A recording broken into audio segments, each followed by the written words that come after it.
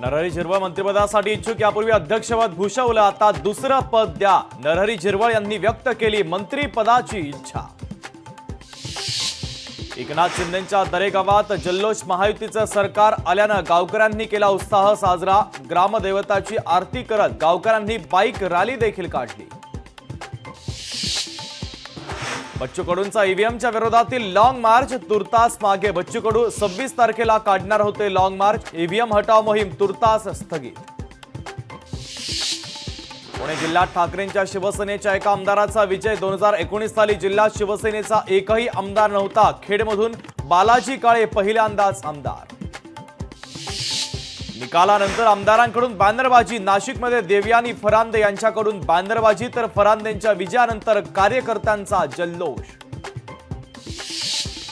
आमदार संजय शिरसाट यांची आता मंत्रिपदी वर्णी लागण्याची शक्यता. मंत्रिपद मिळवण्यासाठी 2.5 वर्षापासून प्रयत्न. यंदा मंत्रिमंडळात संधी मिळणार, सूत्रांची माहिती.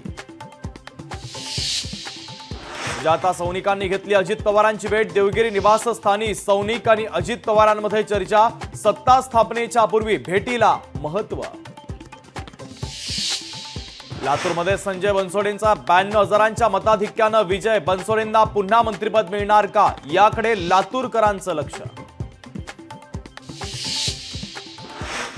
निकाल आश्चर्यजनक. जे झालं ते लोकशाहीच्या विरोधात झालं. पराभवानंतर काँग्रेस नेत्या यशोमती ठाकूरांची प्रतिक्रिया. विधानसभेच्या निकालानंतर छत्रपती संभाजीनगरमध्ये लाडक्या बहिणींचा जल्लोष. हमारा भैया आ गया म्हणत साजरा केला विजय आनंद. व्हिडिओ सोशल मीडियावर व्हायरल. काही जण का विजय झाले नाही ते अनुत्तरित राहिलं. आमचा राजा हरला नाही, महाराष्ट्र हरलास तू. राज ठाकरेंसाठी अभिनेत्री तेजस्विनी पंडितची भावनिक पोस्ट.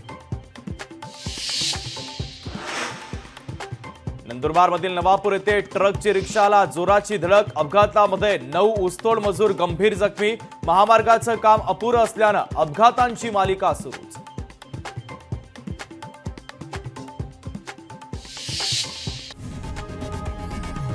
लोकशाही मराठी ऐका, पहा, जागरूक रहा.